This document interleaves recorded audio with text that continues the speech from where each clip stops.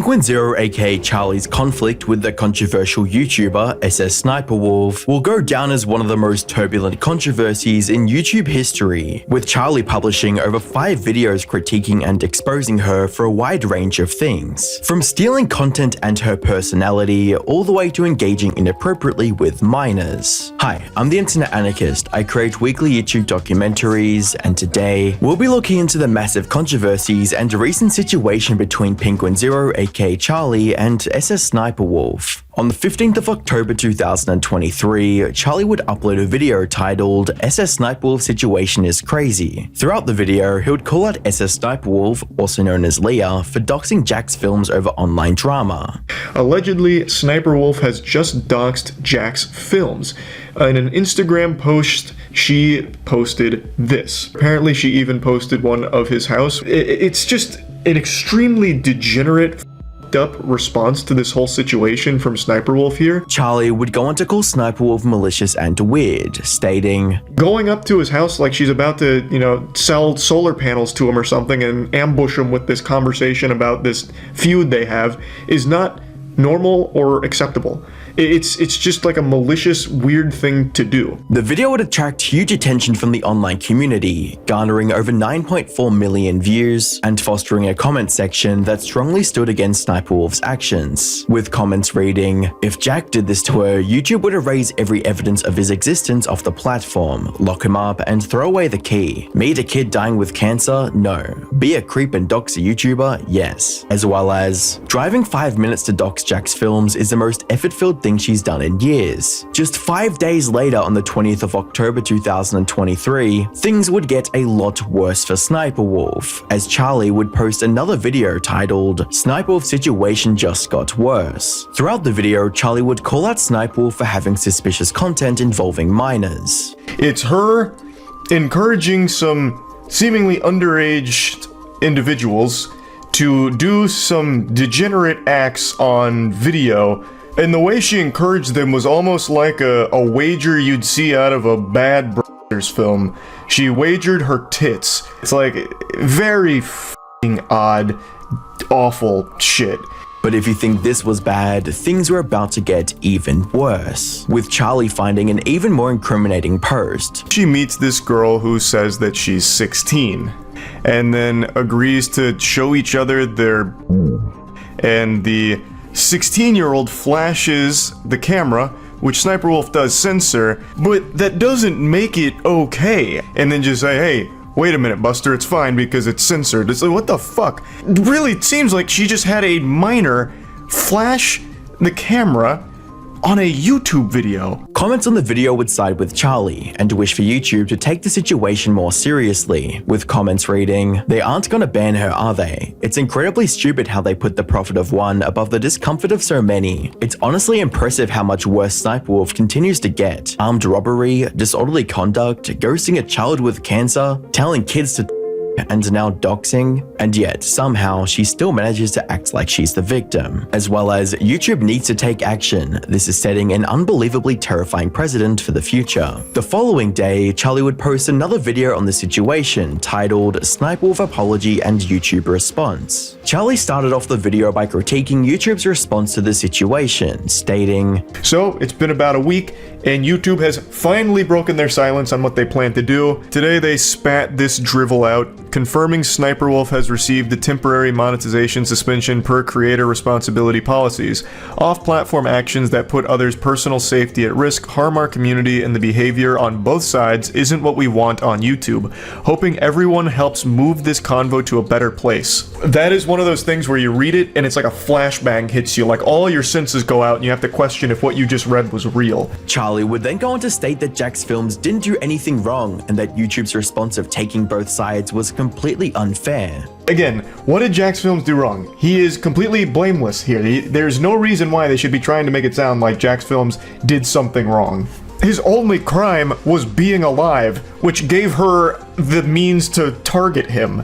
If they're trying to say that the criticisms that he keeps tossing towards SniperWolf is unwarranted, so the behavior is unacceptable, then that's even more delusional because there's nothing wrong with criticisms. This is one of those actions where it should have resulted in a harsh punishment. Charlie would then go on to speculate that SniperWolf and YouTube may have had some sort of agreement on the punishment behind the scenes. This was based on the timing of YouTube's response and SniperWolf's apology, where he stated, "The timing of her apology statement is also very interesting because it comes almost immediately after YouTube's post. So this leads me to believe that SniperWolf and YouTube had some kind of handshake agreement where it'll be like a light punishment as long as she makes an apology on Twitter." To end the video, Charlie would state that there are simply no defenses for her actions. There's really nothing she can say here. What she's done is absolutely indefensible. Like, I don't think she feels remorse for it or anything. I think she still believes that what she did is okay. It's just YouTube made her do this. The comments on the video would agree with Charlie's analysis, with comments reading, "She isn't sorry about what she did, she's just sorry that it backfired. My favorite part of her apology was when she typed his username incorrectly twice. Seems like a very sincere and meaningful apology." As well as, "She ain't apologizing because she's sorry, she's apologizing because she's losing money and her reputation. Not only that, but she isn't even properly apologizing. She and YouTube are acting like a primary school principal who punishes both the bully and the bullied, and expects both of them to apologize to one another. Jax Films 100% needs to take legal action here. This is utter ridiculousness." While we're talking about fake creators, there's something you need to know. Recently, there's been an epidemic of fake YouTube gurus. These so-called experts post images of fake or bought YouTube play buttons and try to sell you overpriced courses or programs. One of the key red flags is that they'll claim they have the YouTube blueprint or some secrets to success on the platform. But that's not even the worst part. These so-called gurus prey on smaller creators by taking advantage of their dreams and charging them a fortune for empty promises, with buzzwords like YouTube automation and wild claims of monthly revenue by simply signing up to their program. But here's the reality: there is no single blueprint to YouTube success. These tactics have become so prevalent that several of my own audience members have actually reached out to me about being scammed, telling me their story and hoping I can make a video on the situation. However, the truth is, any attention is good attention for these individuals. Even trying to expose their bad tactics would simply up their sales even more. That's why myself and fellow YouTuber Trust Me Bro have spent the last 3 months creating 1 of 10 Community, the best free resource by creators for creators. We have nothing to sell you and there's nothing to lose by joining. You'll get access to behind the scenes of our channels, our exclusive guides, and monthly live workshops where you can ask us questions. If this interests you, there'll be a link below where you can request to join, as we'll be launching within days of uploading this video. With that being said, let's get back into SniperWolf's story. Over the following month, SniperWolf continued her content like usual, and it almost seemed like she got away with it. However, on the 12th of November 2023, Charlie would publish yet another video. In a video titled New SniperWolf Drama, Charlie revealed that SniperWolf was not only stealing her content, but also allegedly stealing her own voice and personality from another female creator. For context, on the 10th of November 2023, Nerd City would publish a video titled SniperWolf Stole Her Life. The video would go in depth and reveal several occasions that SniperWolf not only stole video ideas, but even accents and personalities from fellow YouTuber Azzyland, while simultaneously trying to bully her. At the very beginning, it actually started off with just like a few mean tweets, which kind of painted us as like enemies. It turned into taking every idea did well, but because they had more following than me, their video would just get more views, and so people would see their video first and then assume that their video was first. Moving back to Charlie's video, he would analyze the situation and give commentary on Nerd City's video. Charlie would take the side of Azzyland and criticize SniperWolf for the difference in response time in comparison to the Jax Films situation. Interestingly enough, and I hope you're sitting down because if you're standing up, it's gonna knock you over. She's already responded to these claims, which is like 10 times faster than she responded to the Jax Films doxing situation. Compromising an entire family's safety, nothing. But this, being accused of copying TikTok reacts, oh, it's go time. Now she's on the front lines ready for war in the trenches. Following this, Charlie would go over SniperWolf's response to the situation, where SniperWolf would claim Azzy was the one copying her thumbnails by changing them retrospectively in order to frame the whole situation against her. However, despite this, Charlie finished off the video by concluding that SniperWolf possibly did indeed copy Azzyland's content. At the end of the day, it's TikTok reacts, it's like the simplest thing ever. There's probably like 10 other YouTubers that have this exact same format and style that may have even preceded them. And based on everything in the Nerd City video, as well as a couple of other things that have been revealed, it really does seem like SniperWolf directly tried to copy from Azzyland in quite a few aspects, even outside of just like thumbnails and all of that. On the 15th of November 2023, I would publish a video on the situation titled "The SniperWolf Situation Gets Worse," where I not only documented her alleged theft, but also her criminal past. SSSniperWolf, aka Leah, is a YouTuber who gained notoriety for stealing content and re-uploading it to her 34 million sub YouTube channel with minimal commentary. She was arrested and charged 2 separate times for cases of armed robbery and disorderly conduct, which she tries to hide from the public. Following this video, I thought the controversy had finally come to an end. However, I would be massively wrong. Fast forward to the 29th of June 2024, and the controversy surrounding SniperWolf would once again come to the surface, when YouTuber One Giant Onion published a YouTube video titled "My YouTube Channel Might Get Banned." The video would address a strike he received on his YouTube channel for a video where he spent 3 hours reacting to SniperWolf's content. The video in question was titled something along the lines of "Reacting to SniperWolf until I laugh," with the whole point of the video being that he never laughed. He started the video by telling his story of how he found out about the strike. Today, I logged onto my YouTube account to change the thumbnail of one of my videos, and I was met with something very shocking. I actually have received a strike on my channel. Now, at first, I was really confused because I haven't done anything wrong. Honestly, when I first received this news, I thought maybe I got struck for one of my older, edgier videos, but upon further inspection, it turns out that I actually received a copyright strike from SniperWolf. She took down one of my videos called "Watching SniperWolf Until I Laugh." Despite his video likely not being fair use, the hypocrisy of SniperWolf claiming someone else's video just seemed far too ridiculous for viewers to comprehend, seeing as though SniperWolf has built her entire career off stealing other people's content and not giving any credits. He would end the video by asking his audience to get the attention of larger creators who could possibly help him, which he'd be extremely successful in doing so. A week later, on the 8th of July 2024, Charlie would finally take notice of the situation, where he would post a video titled "SniperWolf striking a channel is crazy." During the video, Charlie would critique SniperWolf for allegedly striking his video, despite her not even owning her own content. Her content would not fit under a transformative argument under any circumstances, because usually she just plays the entire TikTok that she's reacting to with no input, and then maybe afterwards says, "Geez, zoinks! Can you believe that?" And then she has the chutzpah to strike One Giant Onion for reacting to her content. It's craziness. Charlie would end the video by calling her a hypocrite, stating, "Yes, reacting to 3 hours worth of her content was probably not the best idea, but it should have never resulted in a strike to his channel, because she is literally doing what he does, but broken up over the course of years and like 6 videos a week doing it, as opposed to 1 3-hour video on content she doesn't even own, thus shouldn't even have the right to copyright strike on behalf of."